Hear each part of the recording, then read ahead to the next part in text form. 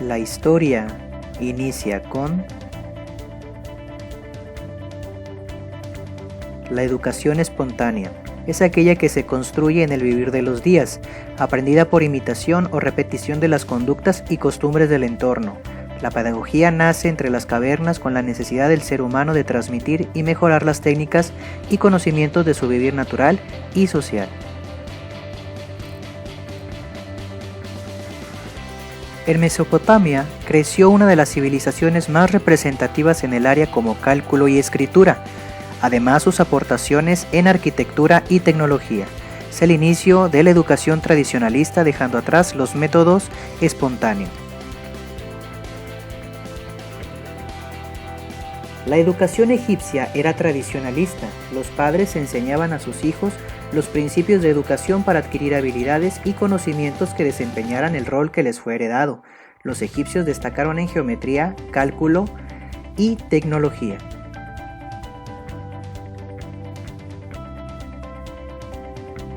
La educación en la India se ve envuelta en la religión propia de la cultura.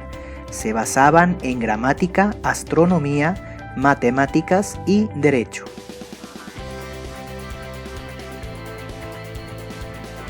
Para la cultura china, la educación fue y es una herramienta principal de su civilización. Formaban en los ámbitos de la moral, de lo intelectual y de la guerra.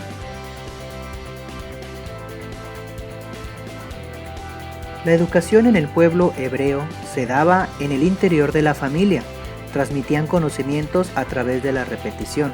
El propósito de su educación era la moral y ética por medio de la ley de Dios. En la civilización griega, Homero en sus obras crea el ideal perfecto de educación.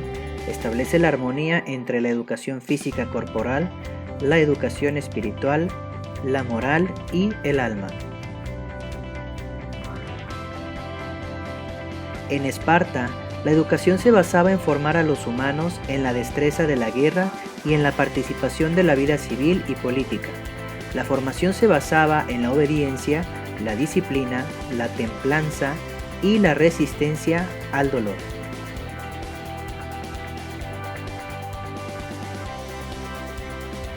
Aristóteles, por su parte, propone la educación en función al hombre para alcanzar la virtud, desarrollar los aspectos superiores del individuo, el racional y el evolutivo. La educación helenística es caracterizada por la especialización científica y como educación elemental se enseñaba la lectura, escritura y un mínimo de aritmética. La época romana fue el lugar y el momento donde se dio origen a la lengua latina, la literatura clásica, la organización del gobierno y la arquitectura. Se establece el papel maestro-alumno y empiezan a mencionar las aptitudes de los niños. La educación del cristiano se inicia esta era con el anuncio de la Buena Nueva por parte de Jesucristo y predicada por sus discípulos. Promueve la conversación espiritual.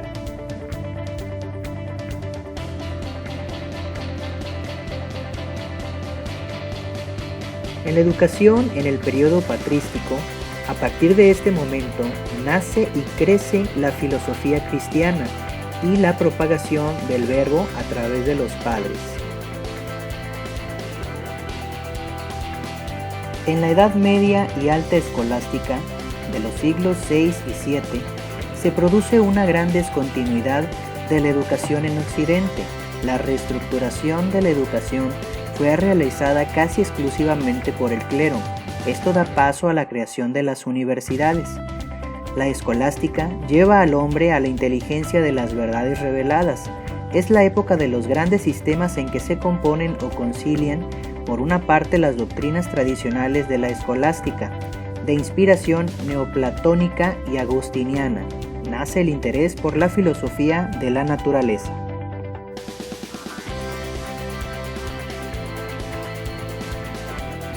Se creó con un grupo de académicos medievales ligados a la orden franciscana dentro del marco de la escolástica tardía. dedicados a varias ramas del saber, como la filosofía y la teología. Son especialmente conocidos por sus aportes en lógica, matemática y física. El humanismo fue esencialmente una revolución pedagógica, así lo consideraron los humanistas más insignes, según de los cuales dejó de dedicar un tratado o por lo menos un buen número de elocuentes páginas a los métodos de la nueva educación, contraponiéndolos a los de la educación escolástica. No fue sino hasta la primera mitad del siglo XVII cuando el problema del método científico fue enfocado simultáneamente por varios pensadores y se llegó a la solución que permitieron el rápido y extraordinario desarrollo sucesivo de la ciencia y la técnica moderna. De esta forma, la idea del progreso se convertía en una realidad clara y verificable. Destaca Newton en la investigación matemática de la naturaleza, Kepler y Galileo, entre otros. En el siglo XIX fue el periodo en el que los sistemas nacionales de escolarización se organizaron en el Reino Unido, en Francia, en Alemania, en Italia, España y otros países europeos. Se trata de adaptar el método de la enseñanza al desarrollo natural del niño.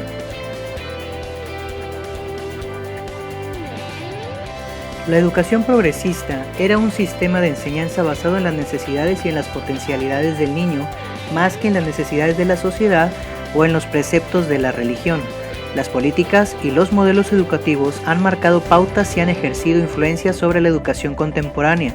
Los cambios introducidos han ido superando dificultades de diversa índole y proyectando mejoras curriculares y formativas. Entre los avances evolutivos, habría que destacar la importancia de la organización escolar, la inspección educativa, el desarrollo científico de la educación, el conocimiento sobre los educandos, las innovaciones y las técnicas pedagógicas.